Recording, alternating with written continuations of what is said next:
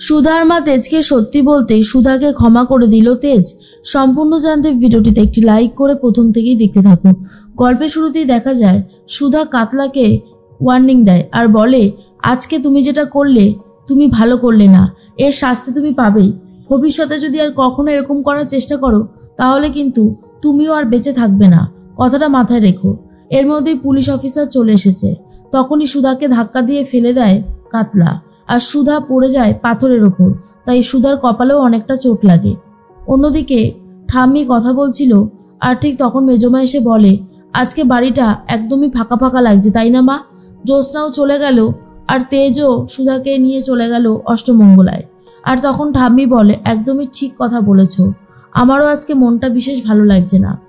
তেজ দাদুভাই তো সুধাকে নিয়ে চলেই আসবে, কিন্তু সমস্যাটা হলো জ্যোৎস্না তো এই বাড়ির মেয়ে আর ওকে তো শ্বশুর বাড়িতে যেতেই হবে।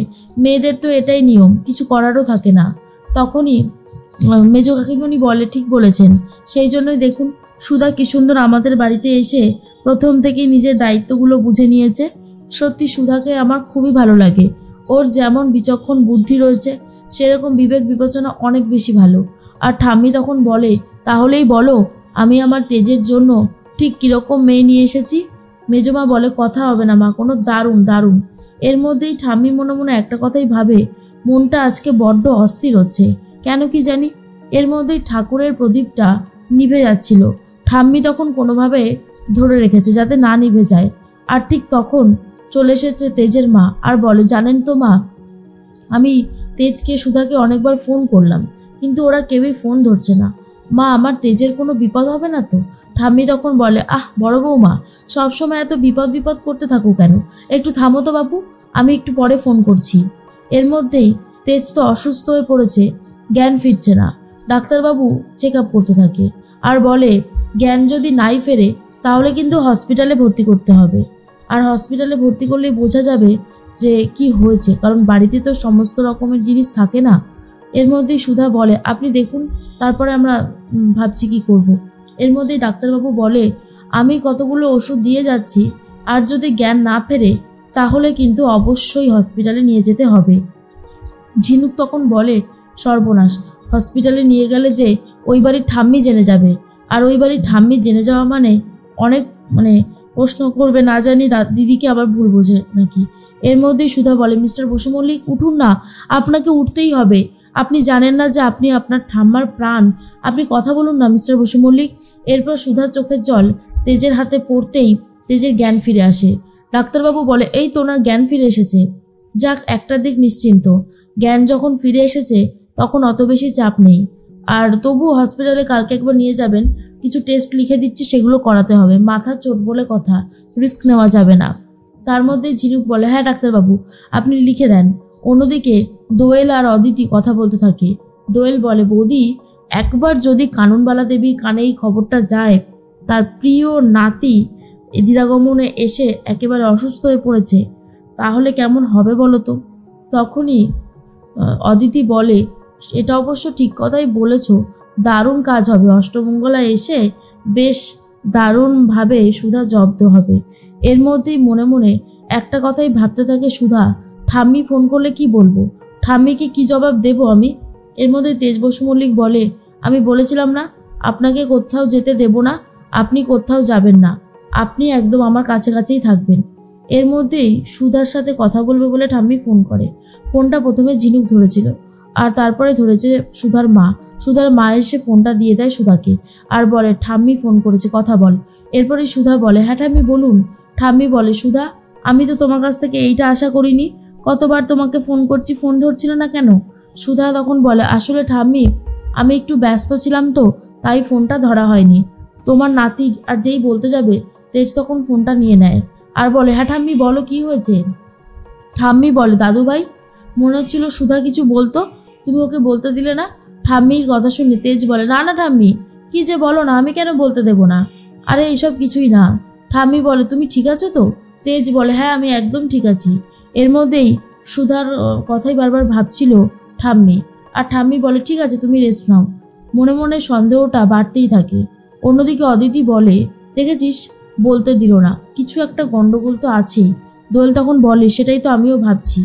এর মধ্যেই সুধা বলে, আপনি ঠাম্মিকে বললেন না কেন মিস্টার বসু মল্লিক? এটা কিন্তু আপনি ঠিক করলেন না। ঠাম্মিকে আপনি আবারও মিথ্যে কথা বললেন। আর তখনই তেজ বলে, আমার হাতে আর কোনো অপশান নেই। ঠাম্মি যদি জানতে পারতো তাহলে অনেক বড় একটা কাণ্ড ঘটে যেত, সেটা তো আমি ঘটাতে দিতে পারি না। সুধা বলে, কি কাণ্ড ঘটতো? আপনি যেটা করলেন সেটা তো অন্যায় করলেন। এবার যখন ঠাম্মি জানতে পারবে সবটা, তখন কিন্তু আরো বেশি করে অশান্তি শুরু হবে। এর মধ্যেই সুধা চলে যায় ঘরে, আর সেখানে থেকে সমস্ত জিনিসপত্র নিয়ে আসছে যাতে তেজের চিকিৎসাটা, তেজের দেখাশোনাটা করতে পারে। কারণ ডাক্তারবাবু বলে গেছে একজন নার্সই পারত তেজকে ভালো মতন যত্নআত্তি করতে, কিন্তু সুধা বলেছে সুধাই সব কিছু করবে। এর মধ্যেই চলে এসেছে সুধার মা আর বলে, তেজ বাবা, আমি এই দুধের সাথে একটু হলুদ মিশিয়ে নিয়ে এসেছি, না ওইটা খেয়ে নিলে ভালো লাগবে। জানো বাবা, সুধার কোনো দোষ নেই। সুধা আমাদের সবাইকেই বলেছিল আমরা যেন তোমাকে সবটা বলে দিই। আমরা না বললেও সুধা কিন্তু বলেছিল। জানি না তোমাদের মধ্যে কী নিয়ে অশান্তি হচ্ছে, তবে এটা কিন্তু সত্যি কথা। তুমি ওকে ভুল বুঝো না, ও কিন্তু সত্যি খুব ভালো মেয়ে। ও কখনো কোনো অন্যায়কে বরদাস্ত করে না, অন্যায়ের সাথে পাছেও থাকে না। ওকে একটু দেখে রেখো বাবা, আর কিচ্ছু চাই না। সুধা খুবই ভালো মেয়ে, ওর মতন মেয়ে হয় না। আর মনে মনে তেজ ভাবে, এরা যত যাই কিছু বলুক না কেন, আমি কখনোই নিজের রাস্তা থেকে সরে আসবো না।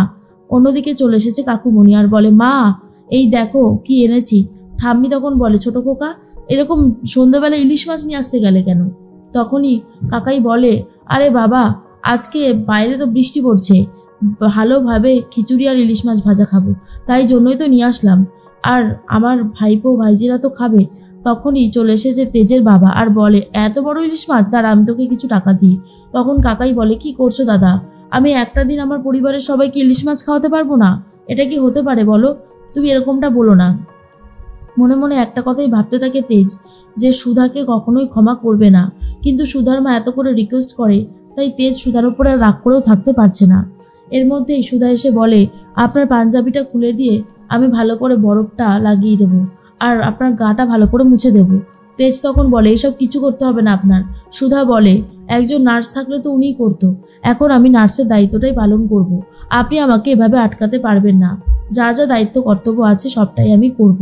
তেজ তখন বলে, দায়িত্ব কর্তব্যর কথা বলছেন?